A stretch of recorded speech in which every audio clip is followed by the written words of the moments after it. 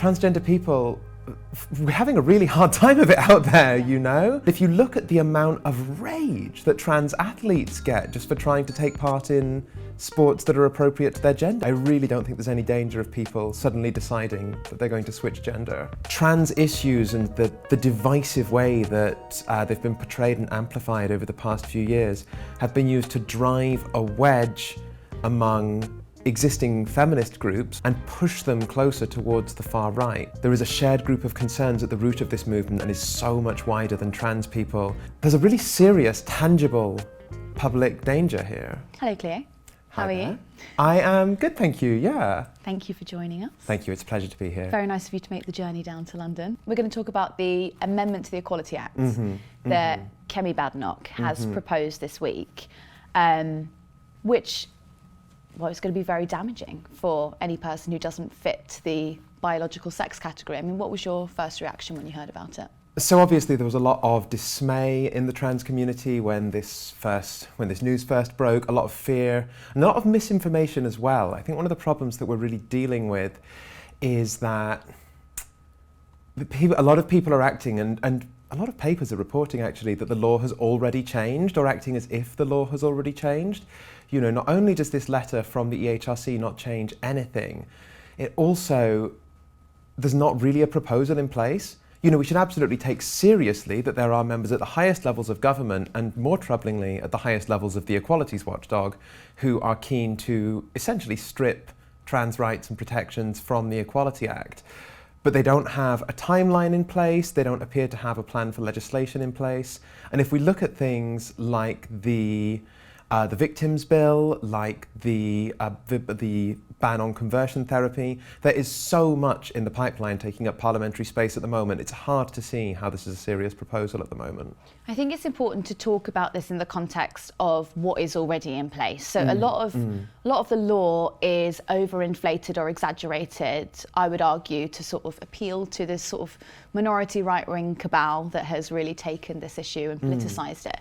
So when you actually look at the Equalities Act that was passed in 2010, trans people are protected under this. So they're protected if they are in the process of changing gender, or they are proposing to change their gender, or they have made moves to already.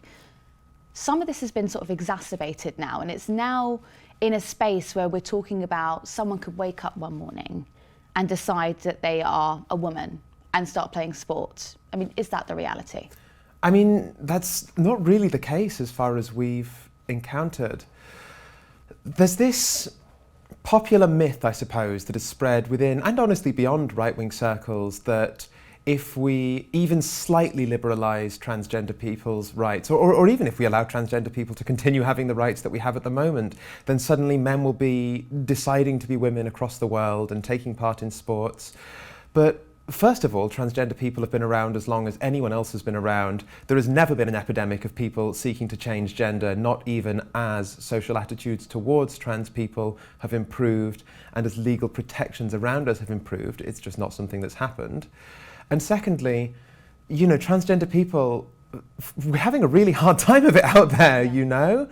And if you look at the amount of rage that trans athletes get just for trying to take part in sports that are appropriate to their gender, you know, sports that they've often spent a lot of their lives building a career around, it's hard to see why anyone would think that that was preferable. You know, trans athletes are having a hard enough time getting into the competition in the first place. I really don't think there's any danger of people suddenly deciding that they're going to switch gender in order to take part. No, absolutely, and it's important to. One thing that's really forgotten is the Gender Recognition Act passed in 2004. And when it passed, it didn't even make headlines. It was so inconsequential. And it wasn't like, for the 6 years that followed that, there was suddenly a threat or a danger, which is how it's being portrayed in the media at the moment. I mean, how do you feel about the politicisation of, well, who you are? Well, I mean, individually, not great, of course. It's a challenge, and it's a challenge that I think people in the trans community are facing every day, really, at the moment. And, politicisation of our bodies has always been something that happens, and it's not something that happens just to trans people. I think it's really important that there's solidarity on this issue. I'm not just politicised as a trans person, I'm politicised as a woman. People are politicised because of the colour of their skin, because of disability. And that is really something that unites us. But there has been a definite swing, I would say, in recent years towards a particular focus on transgender people and transgender bodies. We've seen an overwhelming amount of coverage from the media, really exponentially increasing year on year. There's a media monitor called Dysforum who found out that in 2022, I think, there were about 7,500 articles in the mainstream UK press on trans people, and the majority of those have what they called negative or sort of trans hostile coverage, the kind of coverage that presents us as a threat, as a danger, and that scrutinizes us, that politicizes our bodies and our identities. And the consequence of that for individuals in the trans community, people just trying to get on with their lives, is, I think, a feeling of pressure, a feeling of hostility coming from outside. People get scared. It leads to employment precarity, it leads to housing insecurity, and it leads to mental health crisis. There's a really serious, tangible public danger here.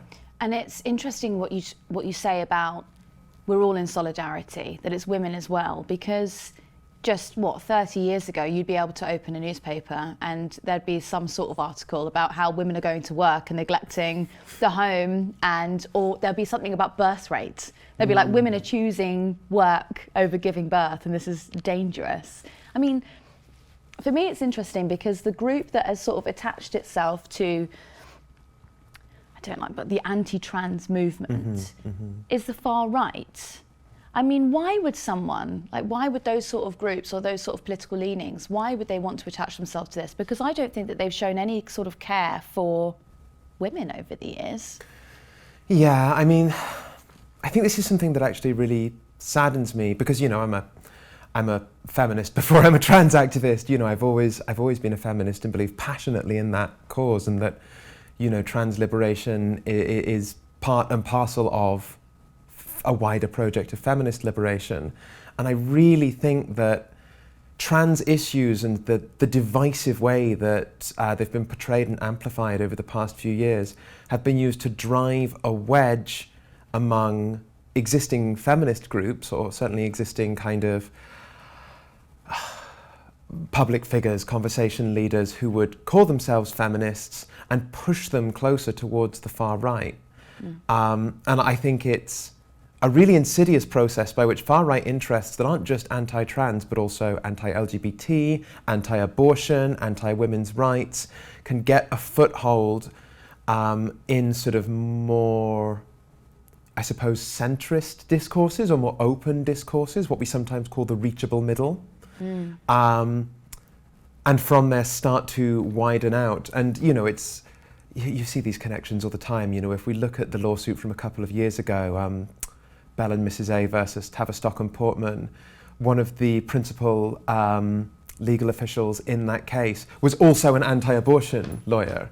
That there is a shared group of concerns at the root of this movement and is so much wider than trans people. And I really, really wish that there was more of a spirit of solidarity around these issues, because it frightens me how wide the effect could be.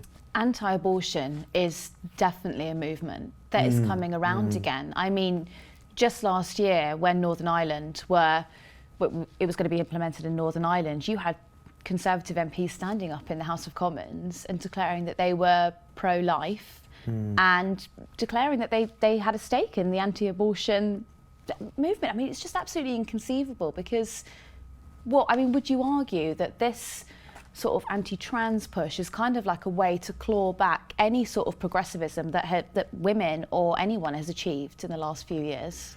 Yeah, I'd certainly say it's part of a wider conservative agenda, and we can speculate about the exact goals of that agenda endlessly, but certainly if we look at the facts, there is money coming from America, some of it coming from Europe, and it's being used to fund these right-wing projects in the UK. And they are the ones that are pushing trans issues as the thin end of a wedge are the ones who are also pushing for restrictions on abortion access, for, I think a great example is, do you know Gillick competence? So Gillick competence is the mechanism in UK law by which people under 16 can make decisions about their own medical care. Mm-hmm. It gets brought up all the time in conversations about trans issues because of this fear-mongering narrative about, children are going to get themselves hormones and surgeries and so on and so forth. Now, of course, that's not happening. There's no danger of young people being rushed into treatment. We only need to look at the waiting lists on the treatments to have tangible proof of this. But it's become a persuasive argument in anti-trans circles to try and undermine this idea of Gillick competence, this idea of young people having a right to make their own healthcare decisions. But what's really troubling is that Gillick competence overwhelmingly has nothing to do with trans issues, but it is really critical in young people, particularly young women, getting access to contraception and getting access to abortion services and to reproductive healthcare. That's really interesting. It's really interesting and it's really scary because there is a clear through line from what seems, I think, to lots of people like a very palatable anti-trans point, what's articulable very clearly as a sort of won't somebody think of the children type point, but actually has much farther reaching consequences for the healthcare of young people. So it's a red herring? Yeah, I think so. It's been really effective in bringing together, I would say, a concerted group of interests to push against trans issues with a sort of wider agenda behind it. And then that would make me think, because I think that some of the actors in that movement, I think, are being earnest. I think sometimes that drip down of media fear that is being propagated has frightened some women, and I think that they're acting earnestly. I don't necessarily think that everyone who is anti-trans is doing it to, propagate to row back on any progressivism that we've seen over the last 30 years. But I suppose then, is it gullible? Is it silly that so many people have swallowed this narrative that we should be fearful? It's a great question. I think it would be wrong to call it gullible, even if it's sometimes frustrating. I have to speak a little carefully on this issue because there's a huge diversity of opinion within the community, as I'm sure you can understand, on how sincere, particularly public figures who hold anti-trans views should be treated as, how much forgiveness should be extended. And I can't speak for the whole community on that, or even for my whole organisation. Certainly my personal opinion would be that it's hard to blame people who, let's say, they primarily consume like one or two UK newspapers, or they get a lot of their news from, like the front page of Reddit or the front page of Twitter. It would be hard to blame them for being steered towards a suspicious or conservative position towards trans people, because the pressure from the media and honestly from the government sometimes is so sustained. We can see from YouGov polls that while the majority of the UK public are supportive of trans people, and when you look at the LGBT community, there is almost overwhelming support for trans people, that there isn't the kind of division that I think some of our detractors would like to claim. That public opinion, or those public opinion points, are being slowly eroded by, I suppose, a process of manufacturing consent by the UK media and by the government. It's really interesting, manufacturing consent. Yeah. What do you mean by that? So I suppose it's a term that we'd use to describe a process by which a sustained media narrative is used to influence public opinion. Fundamentally, no one is just transphobic, and you see all sorts of things thrown around. You see people in government saying, oh, well, trans issues will never fly with working class voters, or I hate that. I know. Just tell me about it. Country girl, right? Yeah. But it's also this sort of assumption that I hate working class being bandied about, as if like it's this sort of homogenous set of people who just think exactly the same way and can't critically make any assessment for themselves. It's sort of like if the media says it, the working class eats it. They're like, yes. Yeah, absolutely. It's completely ridiculous. I suppose, in particularly recently, this obsessive idea of the red wall as this sort of like hypothetical block of English voters who hate trans people and Muslims and so on and so forth, which is just completely ridiculous. But yeah, you see it thrown around all the time, this idea of working class people will think this, or people of faith will think this, and so on and so forth. It does feel elementary that if you put out 7,500 articles about trans people in a year, there was 23 a day in January of this year, then it is going to affect the way that people think. And to what end? Because how many people are trans in the UK? About 0.5%. We can tell you this. I think the exact number is something like 262,000 said so on the most recent census, but we suspect the number is probably substantially higher because there was a sort of grey area of people who didn't answer that they, in the affirmative, that they were trans on the survey, but also didn't answer that they weren't, if you know what I mean.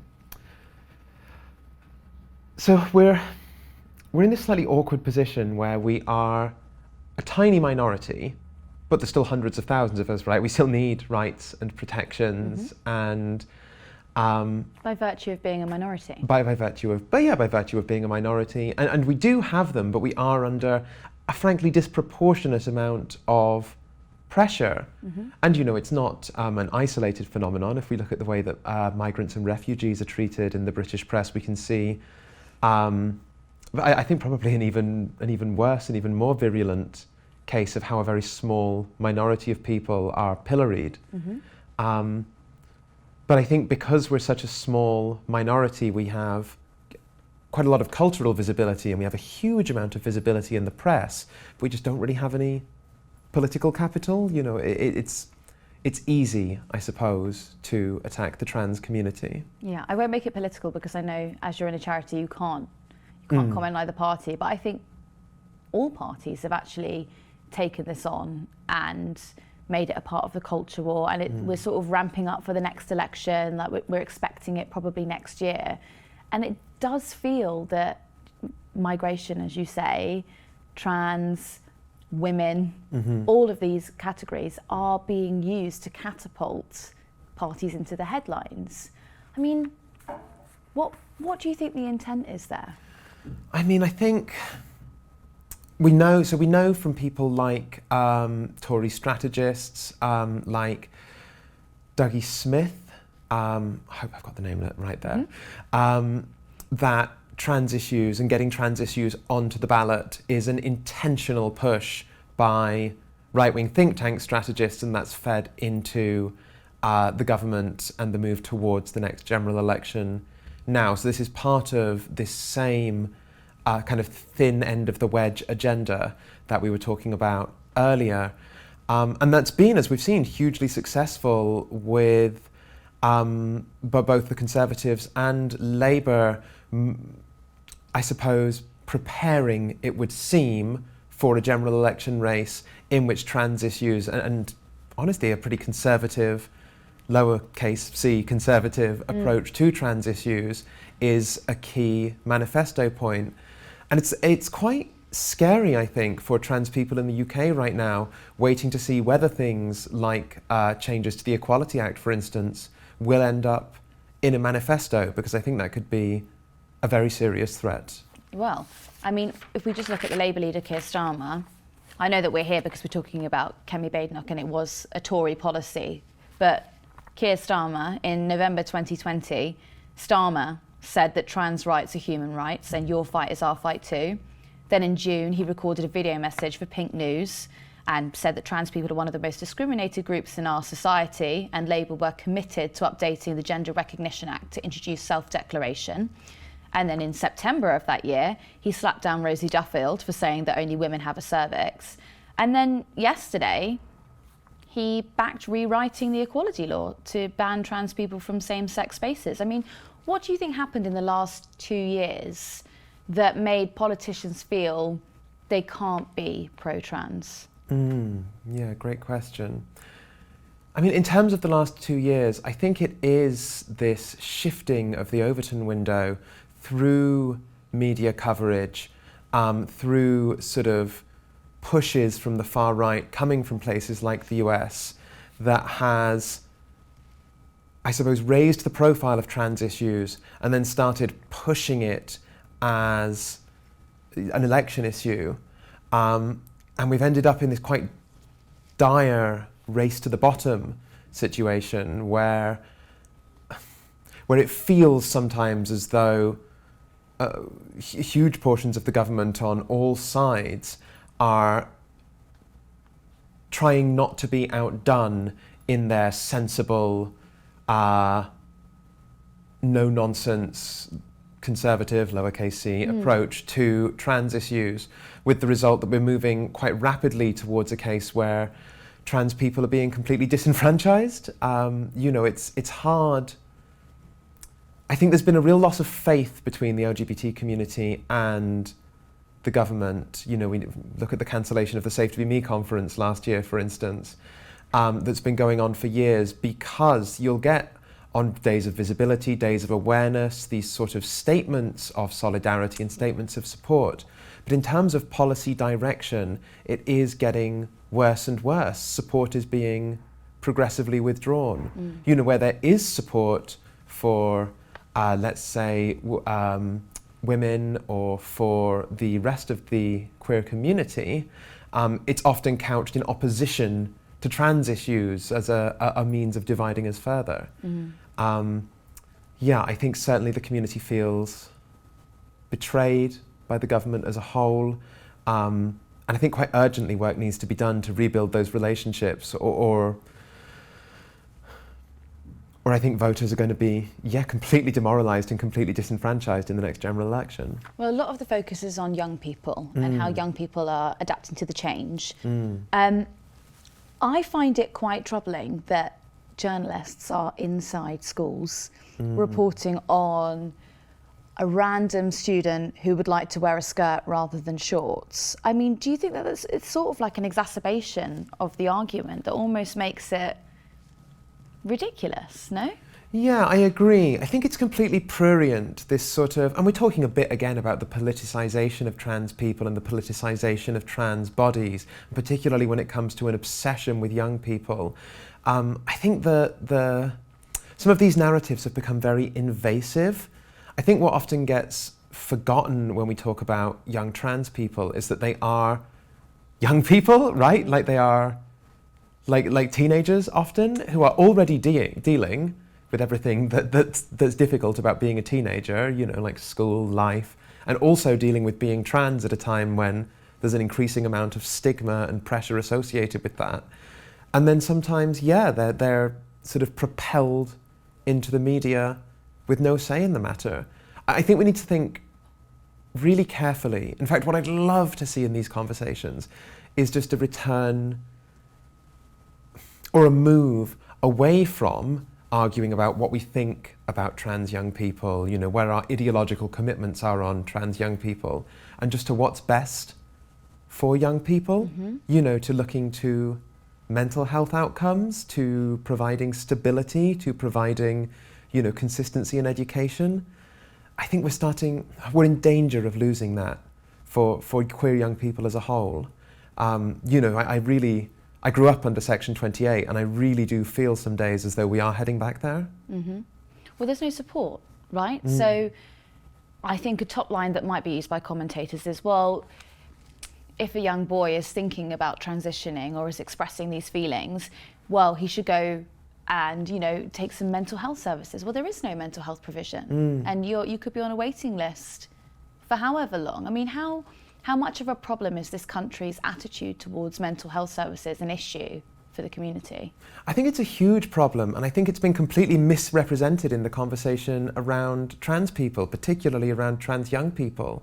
I think there's sometimes this perception that trans, I suppose, organisations or movements are anti-mental health services, that, you know, that we don't want trans young people to get mental health support. And honestly, the opposite is true. Like, we want people to have access to gender identity services if they need them. That's really, really important.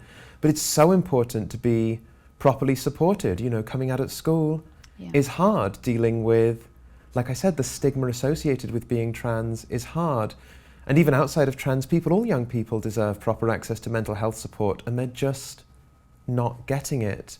I think there needs to be better support given, not just for young people in schools, but for educators who, you know, as we've seen in everything coming out of the strikes recently, are constantly getting a raw deal.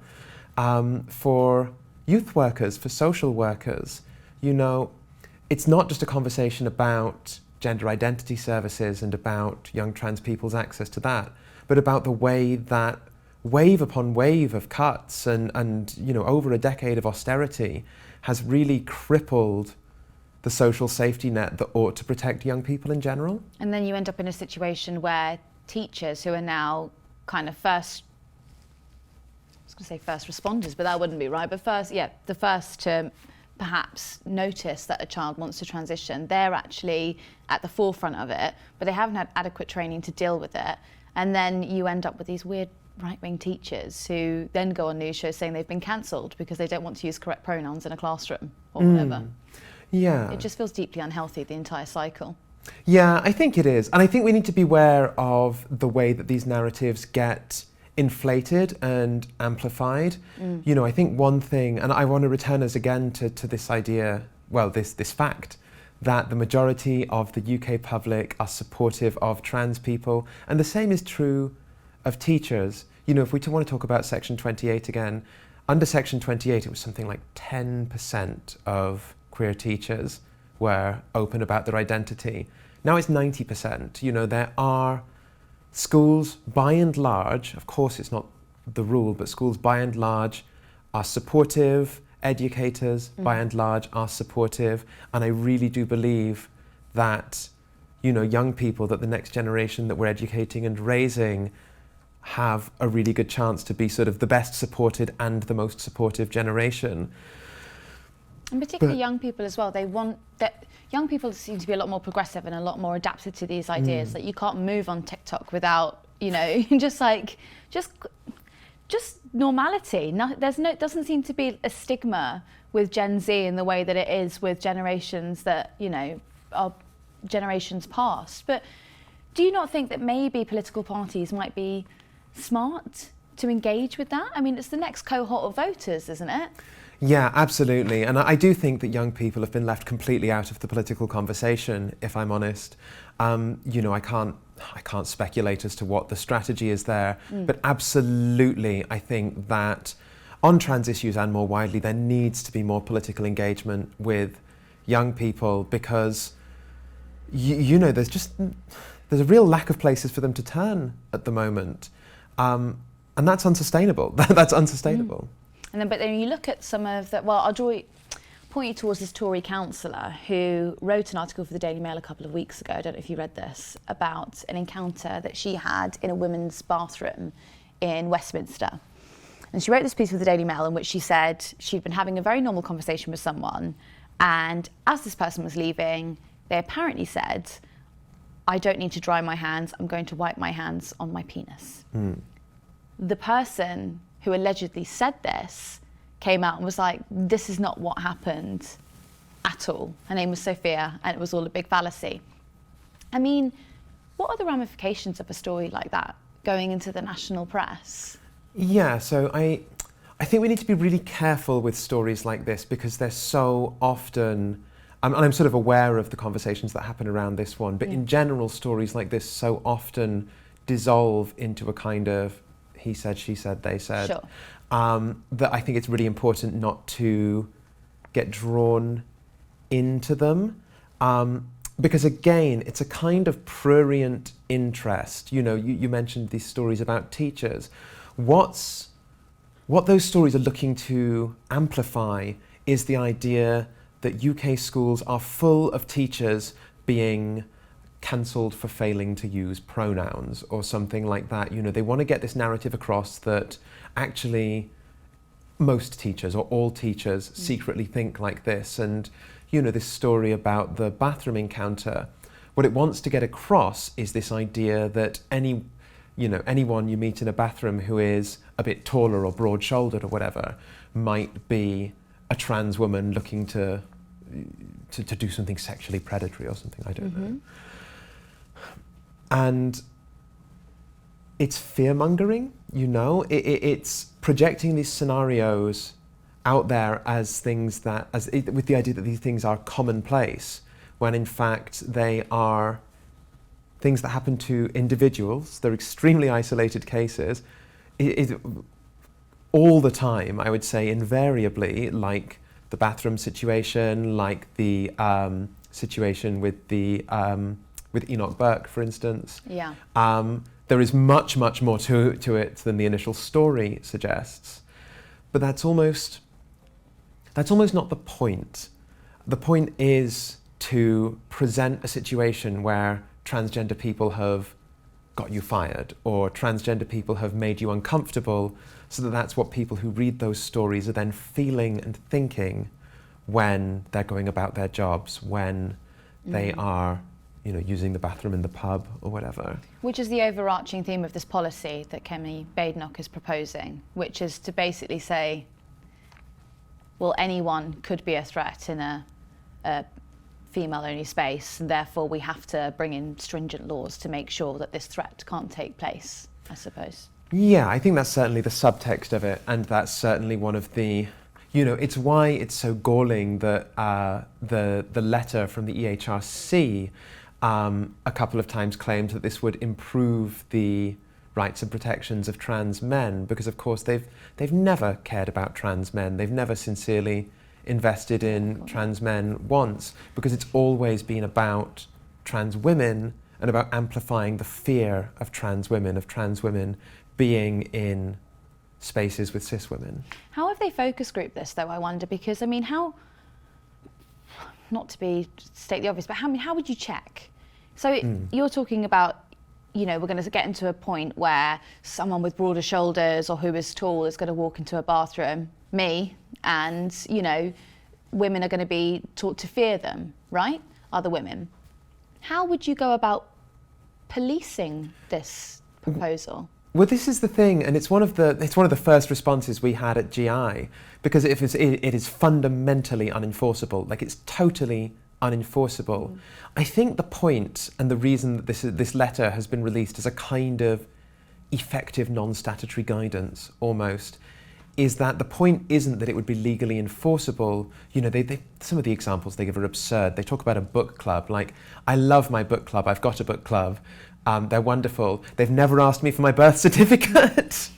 But the idea is that people will read things like this letter and they will interpret it as there has been a change in the law, or they will sort of believe that it's on them to start thinking about excluding trans people, or in the case of, you know, people who've been wanting an excuse of trans people to exclude trans people, which I don't think happens as often as we might fear, but does happen, will use this to take action. And that's when people will start sort of self-selecting, I suppose, to exclude people they perceive to be trans. And we've seen how this goes down in the US, you know, in states that have bathroom bills, where the people you see in the papers being excluded from bathrooms are like butch cis lesbians. Because, well, you know, as we all know, everybody thinks they know what trans people look like, but that's just so bizarre, isn't it? Because it's just it's so regressive. Yeah. It's just miserable. Yeah. I mean, the bathroom debate has always been intriguing to me, because we've had gender neutral bathrooms in most places, certainly in media. I can tell you I've worked at many media outlets and most of them are gender neutral, and one I haven't worked at. just to put on the table, but is GB News. They have gender neutral bathrooms. And I know this because I have friends who produce there. And they are the biggest, soothsayers of this is dangerous and all of it. They've had these in there for so long. So yeah, I guess it's like an imagined fear that's come around, which is dangerous. Yeah, it's completely dangerous. And the worst part is that, you scratch the surface of this and underneath it is harm to women, or all women, It's about expecting people to conform to gender norms. It's anti-feminist, right? Yeah. I wouldn't want to... The way that they talk about it as if like people are now sharing cubicles. Like, I don't want to see anyone in the bathroom. No one. Like, I don't want to see Sandra in there. I want to see Linda. I'm not interested. I want my journey to be completely uninterrupted. I do. I want to be solo bathroom trips. That's what I want. I just want to ask you about Swim England. And so they were in the news this week because they are creating open and female categories. I mean, what was your reaction to that? So, there's been quite a few sports bodies recently that have either been excluding trans women completely or tightening the restrictions on participation in the female category for not just for trans women, but for intersex people as well, or as we've seen with Swim England, the creation of open categories. It's really dismaying, although I think at this point it's nothing new to us, because it represents an onward movement in sport towards the exclusion of trans people. I think there's a couple of things to say here. One is there's no need for it. There was a study from Canada recently that found that in cycling, and I think the results can be extrapolated to a lot of competitive sports, at the elite level, being trans didn't make a substantial difference to competitive performance compared to social factors like access to training, access to equipment. I think one of the things that reveals these restrictions on trans athletes, and particularly on trans feminine athletes, as more of a culture war issue than anything seriously invested in safety and fairness, is that what they amount to is restrictions on they talk about things like height, about weight, about bone structure, things like this. But we don't police elite athletes based on their height and weight and bone structure already, and we can see how this already creates unfairness in both directions, like if we're going to ban trans women because they might be taller and stronger, then we should look at banning people like, Michael Phelps, who historically, because of a series of physiological benefits, was at the top of his career forever. We can see how these bans exclude cisgender women like Caster Semenya, who end up getting swept up by rules that have been intended to exclude trans people, and end up predominantly affecting women. And they'll continue to predominantly affect women, particularly women with DSDs, because there are so few transgender athletes. And the second, and I think very serious concern, is that honestly applying this at elite level is likely to affect a fraction of transgender people. It's still bad, but as I mentioned, there are very few trans athletes. But where this will really cause pain is at grassroots level, where already we can see grassroots sports organisations following the lead of elite bodies in employing trans exclusionary practices, which means you have a whole demographic of people, particularly young people at schools, in youth projects, in community sports, who are being excluded from sport and physical activity. And that's when it starts leading That's crazy. Yeah, it's mad. And it starts leading to sort of development of poor physical health, development of poor mental health. Like, it hurts people. You're going to be getting into a situation where like people are foot binding, like to fit into... What you said about social factors is so interesting, because I thought that about when it was in the press about the Ivy League swimmer who was competing in a women's team, wasn't it? And I was just thinking, well, what goes into getting into an Ivy League college? Because just your average American can't go in. I mean, what is the take rate for that? They're like 18% take rate or something like that for Harvard and Yale. So many Americans are factored out from going to those universities, even if they're excellent at sport, by virtue of not having enough money to do the training.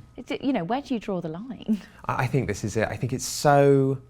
This kind of approach to sport and to who gets to participate in sport is so far from socially minded. You know, these regulations are coming out like the regulations that Swim England have introduced that are intended to exclude a very small minority from the top level of the support, and ultimately what they're doing is excluding many, many more people from accessing the sport at all. You know, besides the fact that nobody should be excluded from sport on the basis of who they are, I feel like what we need to be doing with sport and physical activity in this country is to be pushing to get more people involved, particularly young people, not going back and forth over who ought to be excluded.